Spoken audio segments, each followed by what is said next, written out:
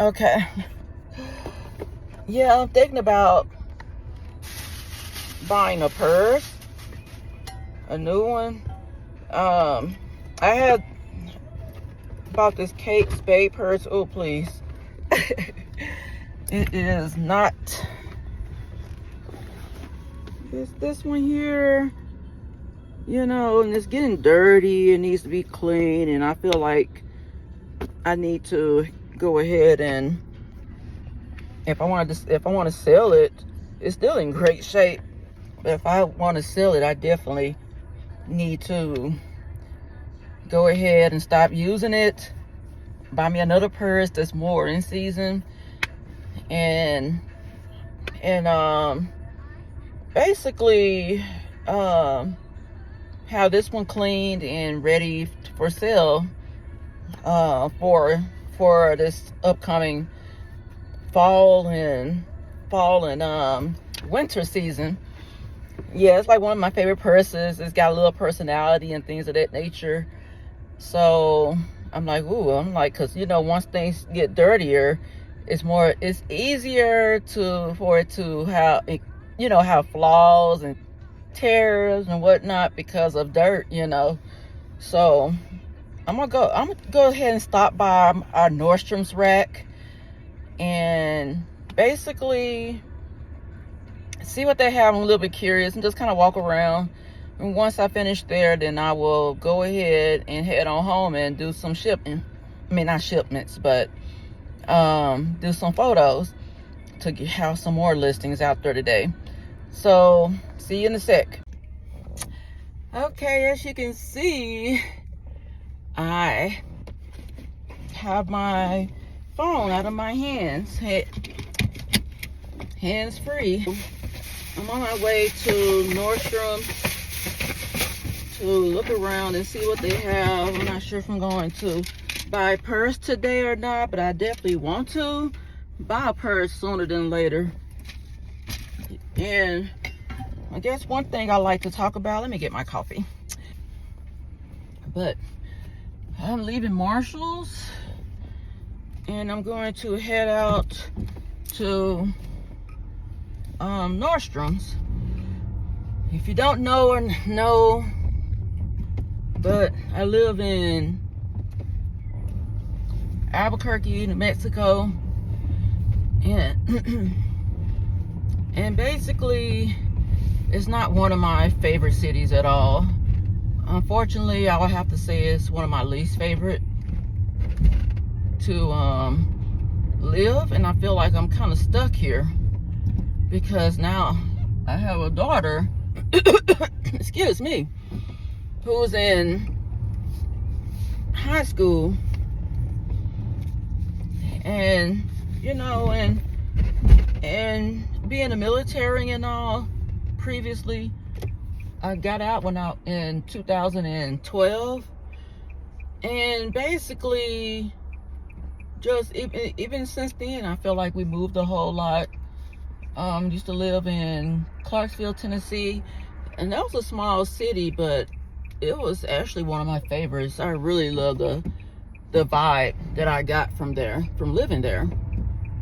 It was, and if I really want to move back there, it's probably one of the cities that I would like to move back there. But yeah, I lived in Clarksville, and then because of work, driving, day to day from Clarksville to Nashville to work, Clarksville to Nashville, Nashville to Clarksville. Then on the weekends, I was so exhausted that I felt like I was too tired to spend time with my two daughters. So basically, and then one job, from Nashville, got another. Then traffic was really bad in Nashville, but it's still one of my favorite cities. Is living in Nashville. And then from Nashville, I moved to Tucson, Arizona, and it was only for a short period of time. And the main reason why I moved there was to get my foot in the door working for the government. Because I'm like, man, I'm a veteran, military veteran, and I wanted to, work, for the federal government professionally, because it seemed like being the first in your family to graduate and all that from college and stuff, and then you really don't have a lot of resources and a lot of to help you out on your career journey and stuff. It was really hard for me, so I felt like I really took a step back when I moved to Tucson, Arizona, to just at least get my foot in the door. And with that being said, it was worth it. I felt like I made the right move. It was something my gut told me, you're making the right move. Even though it was like 35 rings down, it was worth it. And plus, living in Arizona is like one of my favorites. It's like, I would have to say, so far, my favorite state. It's pretty much my favorite state that I lived in. I just love the weather, the climate, the laid-back vibe. But I feel like that last period of living in Arizona, I lived in Sierra Vista, Arizona, when I was in the military. And after my divorce from my ex, it was a beautiful experience. And then, like, towards the end, it was it was like God saying through different people, it's time to leave, it's time to go. And that's why of course I left there and went to Fort Campbell, Kentucky, and I bought my house there as well, because I felt like in the back of my mind, I just knew that I wasn't going to stay there very long. And the way things played out, it pretty much played out like I thought it would, that I was basically forced out the military. I still got an honorable discharge and things, but I feel like being an empath, I'm very, very empathic. Before I even knew I knew what empathy was. I'm very empathetic towards people, but as far as knowing the empath version of things, I didn't know what that was. And I feel like I have a heightened sense of psychic type of abilities and things of that nature. Very strong intuition. I mean, it really led me and guided me. And on that path, when you feel like that you have something more to life than what you think you have, they're gonna always be getting ready to make this turn. Can't hardly making sure, because honestly, people can't drive out here, and I see why the insurance rates are so high living in Albuquerque, New Mexico, which was shocking. So I guess as I wait,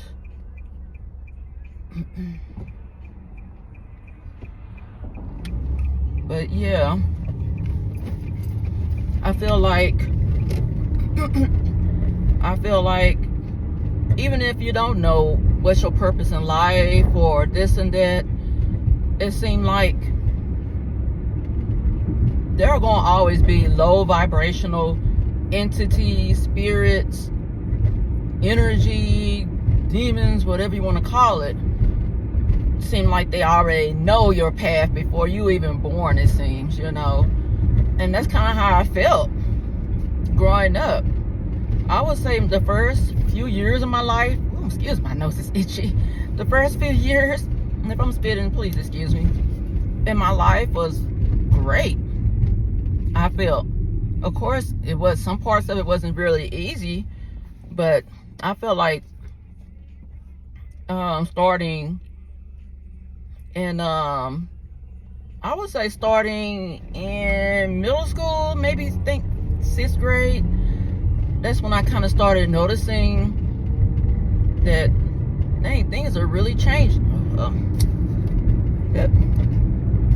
Things are really changing, you know, from better to worse in a sense, as far as my treatment as a kid.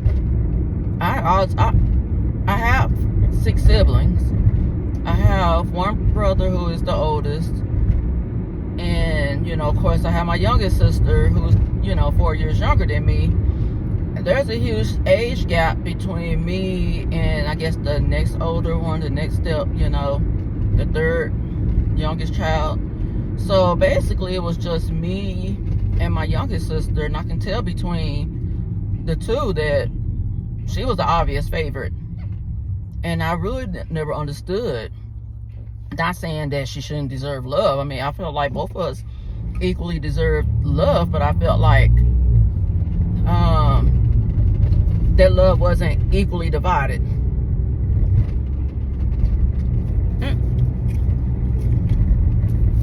And I noticed that things, I kind of started noticing that there was a difference as far as one is favored and one is basically not favored. Was when, I still remember this to this day, and I think that's when it basically clicked. Oh, I'm not my mom's favorite child, or I'm not even favored at all. So basically, I was being made fun of. It was me, my youngest sister, my stepdad, and my mom sitting at the table eating. And I think I was around, I think 10 maybe. I think I was like in the 5th grade. So I think I was 10 years old at the time. And my sister was literally making fun of me. And it was really getting on my nerves because I didn't like it. Instead of telling both of us to, you know, stop, like, hey, stop making fun of your sister, you know, this, that, and the other, and move on with our lives, I got a spanking. Or I ain't gonna even say it's cute. I got a whooping with a belt. And I'm like, how in the hell did I get a whooping when I didn't do anything wrong, except basically was annoyed and tell my sister to stop, and tell my mom, you know, hey, can you tell my sister to stop making fun of me, you know, because she's not listening. And honestly, in the back of my mind, she knows she's the favorite, you know, and I believe she feel good about that. And it obviously shown when my mom died and we had the funeral and things for her. And that's another story I will go into. But it felt like moving forward, it seemed like the universe or the low vibrational demonic spirits know when you have a purpose in this world, whether it's to help increase the vibration in the world, so that a way, you know, it can make a change. I feel like all energy, good and bad, is interchangeable. Not interchangeable like it's gonna pass from me to, but I feel like, for example, as people say, you can read the room. Read the room. You know, if you go in a room, or like, say for example, you're in a party, a few people in a house having to get together or whatever, talking, whatever, listening to music, vibing, having a good time. And you have one person in the door, from outside, going through the threshold of the door. And it seemed like nobody has to say anything, but you can just sense the energy, depending on the person, either going up, either going down, vibrationally going up, vibrationally going down. You probably, back the people who was already there, probably having them in their mind, oh, they probably gonna have an attitude today, or I hope they don't start a fight. You know, you can just sense the energy as soon as that person in that room. Or you can be like, oh, such and such is here and I feel good. You know, this person is about to help the mood get lit or more lit. That's kind of how I feel about the world. And I feel like the world is very, very low vibrational. And because the veil of consciousness is thinning, you know, and you can tell by the, you know, the content that's popular right now, the so-called gender wars, for example, which is not a government devised, it's just nature playing its role. Oh, son.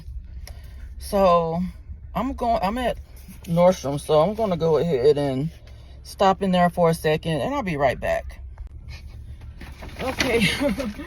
I'm back from shopping, and I finally went to Nordstrom's Rack, got a Michael Kors bag.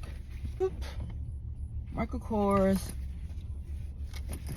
And I believe it's a real authentic one. Everything looks great. And so far, this is my favorite brand of sunglasses, Quay. Boop. Boop, that I just found. I like, oh, I can wear these while I run. Yes. Yes, some great running shades. That's my favorite brand. Got a little bag with it that snaps closed.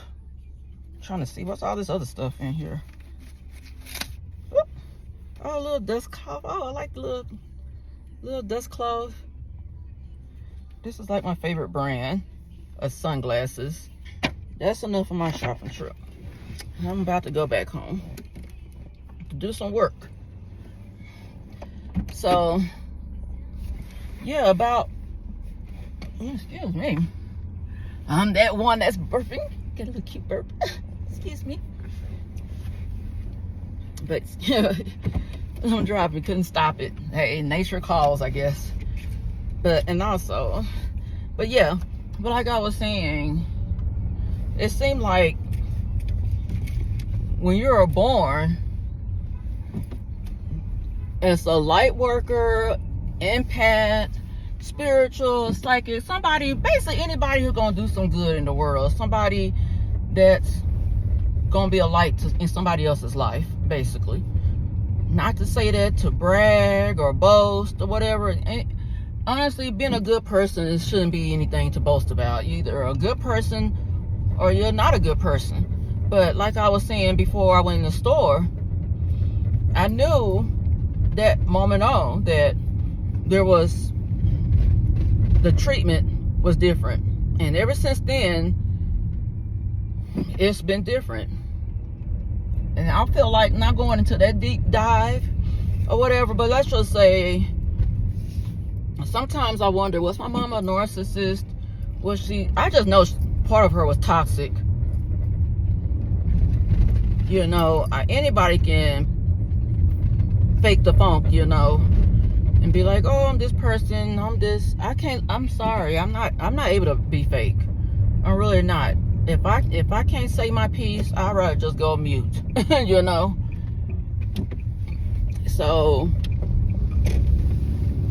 basically, ever since then, I wasn't supported. If I wanted to be in sports, it was like discouraged. I remember, you just know.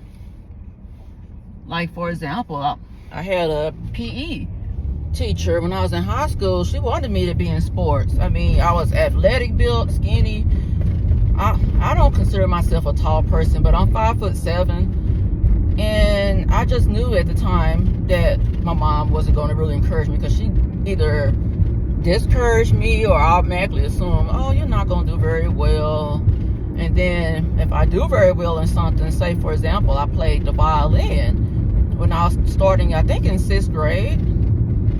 And I caught onto it so well that my violin teacher, she even gifted me a violin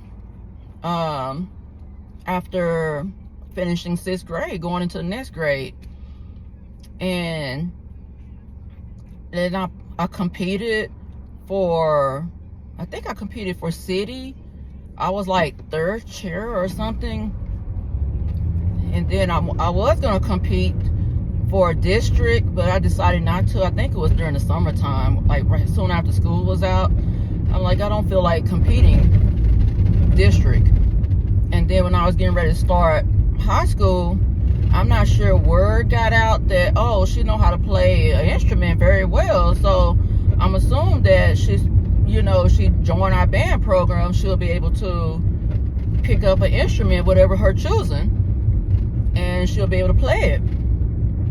Which I was gonna participate in band, but I went to one high school and they told me to do music theory. I'm like, why do I need to do music theory in order to participate in band? Just let me get the instrument and play it, and I can promise you that I would have outperformed all those folks. And that's on God with me, unless somebody else was a whole lot better at playing the instrument that I didn't know about. But to me, honestly, when I just think about it, I didn't really know no one that really stood out and understood music in and out.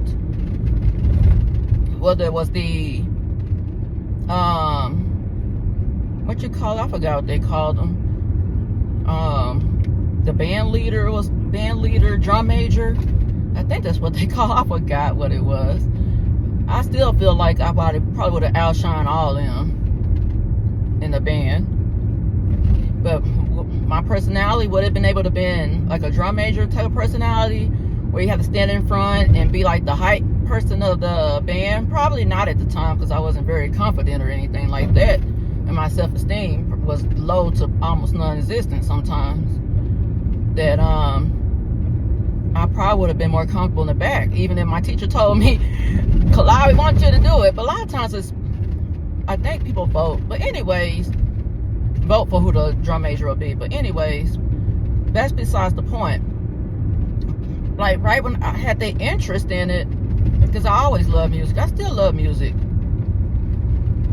And my mom, she already kind of was planting seeds of doubt that I couldn't do it. Oh, it's too late. Oh, you picked a really hard instrument. Yada, yada, yada.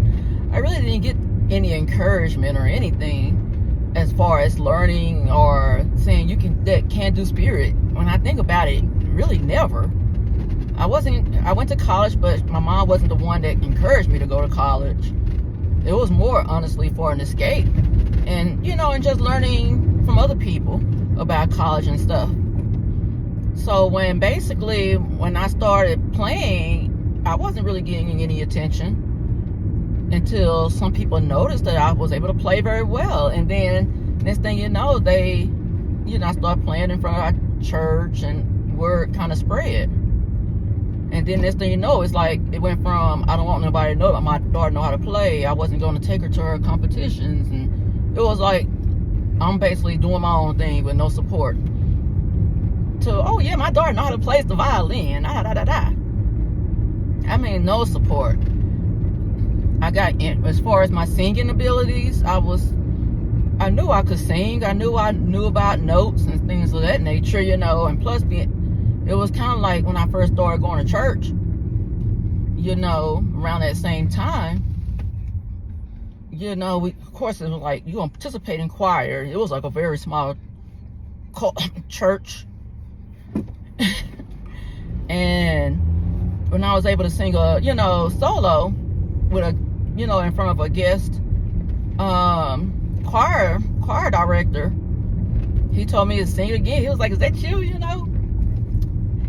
And, and I got some attention from there. But it was as if nobody wanted me to stand out and be a soloist for whatever reason. I'm not sure if it was a colorist thing or some triangulation and some bullshit was probably said about me.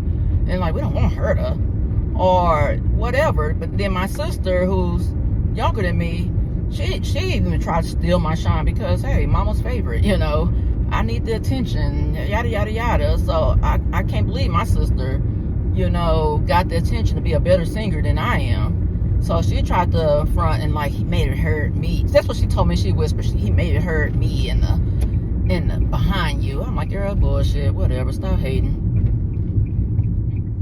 So, and it's been like that since then. It's like with her, even with my younger sister, it seemed like it's a competition. Always a competition that I don't invite myself in. And that's pretty much why me and her, I really can't be close. It's just something about her that kind of like draws me away from her. I really don't, because it's like not really that sisterly bond. It's more of I gotta always one up you in some type of form or fashion, or I don't understand my boundaries. I think it's just, to me, it's kind of toxic. So I just don't really have a close bond with her. Even this last week, I changed up my store format, changed it, the name. Anybody who follow me don't have to even think about whether it's my store or not. If I'm always going to be attached to that store, no matter how many times the name changed or whatever. But I was in the store after I did all that. She gave me a call. She called me twice. I picked up the second time she called. I'm like, what is going on? Because I'm in the store, and she basically was like, what happened to your store? I'm like, I still have a store. And it was just, to me, it was like, the way what I picked up from it was, I'm feeding, I want to feed into something bad. Did something bad happen to you? What happened? Give me something, And it's not like it's like, it kind of gives narcissists too. It's like I get energy from seeing you fail or seeing you do bad and whatnot. And I'm like, no, actually my store is doing better. I'm actually able to do it full time and it's still growing. And she like, oh, I ain't tell her all that, but I just basically explained to her I still have my store. I'm like, I don't have time for this BS because I'm basically shopping. And then she's like, well, did you speak to anyone in the family? I'm like, no, nobody don't really call me. And then she's like, oh, well, one of my sisters throwing a birthday party for my brother, and I just want to see if anybody called. And then it was like, no. Okay, well, bye. Talk to me sometime. I'm like, no, she like, excuse me if I burped your. And basically it was just a weird conversation. And it's like, I be worried about you. And I'm like, why be worried? Ain't nothing to worry about. Back in my mind, I'm like, if homegirl don't want to talk to you, homegirl don't want to talk to you. And the shoe goes on the other foot. In her mind, she feels like I like phone calls, so therefore it's either you're gonna have to accept my phone calls, and if you want to get in contact with me, you have to have a phone call. And I'm like, dude, life always don't work that way. It's just this toxic type of personality trait. And then like 2 years ago, and it's like minimizing my skills, minimizing my profession at the time, being an accountant, just project management and such. And it's like, I'm not going to that whole conversation, but it was basically, I sent this, for example, we had a conversation prior to this about her wanting to have her own business, but it's government contracting. You're not going to just learn that in a day. And you got to be careful. A lot of YouTubers that make things sound like it's too good to be true. And I had this coffee, so please forgive me, because right now it looks like indigestion. But anyways, I'm sitting at home, and she sent me a link, and basically me to watch a video and learn what this lady is talking about as far as federal government contracting and the ins and outs of it. And then I said something that I was busy, whatever, and then she made like some little snarky comment, like as if you're entitled to my time. And I forgot exactly what was said, or if she texted it, but she was like, well, like you're gonna give me this information. And that's been, and basically, I can't remember. It was so snarky. It's like, and I'm like, well, I guess it's 2024, and I'm assuming she's still waiting for that. I'm like, you're not my boss. First of all, people go to college, get an undergraduate degree, get certifications, this and that for it. You only have a high school diploma. You didn't put the work in to do all this. My kids were a lot younger at the time, so I'm like, you're not gonna steal my time.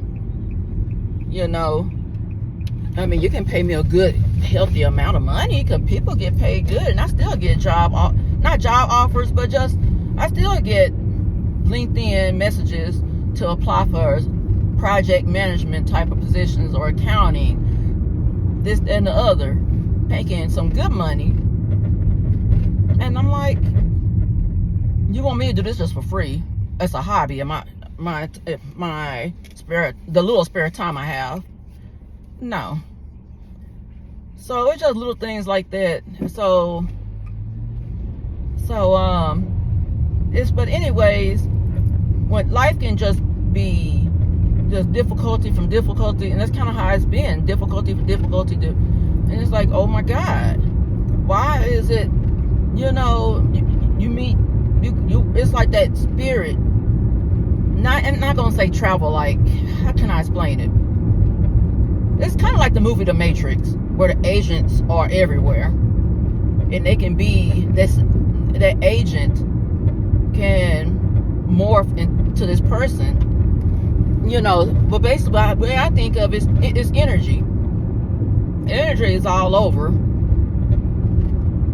or a low vibrational spirit. I can put it like that. They represent agents. So if you're a very, very low vibrational person who's, whether you're depressed or just narcissistic, it's just low vibrational energy. It can be anyone. Hell, if I was very depressed and really didn't get the help that I needed, I could be used by that quote unquote agent and make somebody's day bad, or just probably say something that probably would have affected that light worker or whatnot. So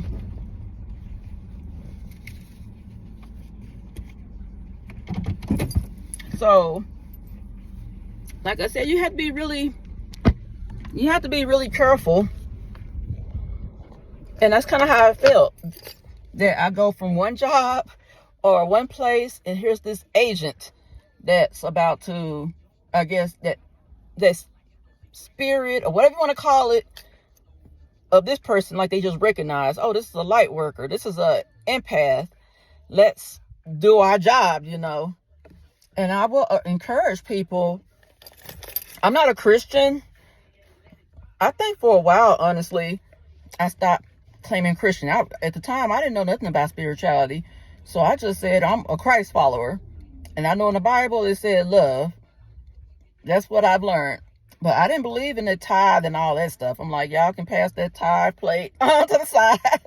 I'm not going to pay my tithes. I'm not going to be dedicated paying no 10% to the preacher who probably using it to line his pockets. And then if I need some help, they looking at me like, honey, go to that soup line down the street somewhere. And I'm like, man, F you, you know. So that kind of happened to me once. So anyways, I'm not going to make this very long. I would just tell somebody, even if you are a Christian, I don't believe in Christianity. I believe in something spiritually, higher up. If you know Jesus Christ, I believe he was a regular man, but he was working on very high vibrational energy. I'm like, y'all better, if he says he was in the Bible, I'm like, hey, believe in him, show love, believe in something, believe not just anything, believe, you know, if it spiritual. I'm a spiritualist. Learn about spirituality. I believe if you have to believe in anything that will keep you up in a high vibration, So that a way you won't be easily used by an agent, you know, and be in somebody's life and be just toxic, and then nobody else ain't easily using you to get yourself in trouble, and you can always stay spiritually protective. I will go more into that sometime in the future, but I'm finished with the shopping trip.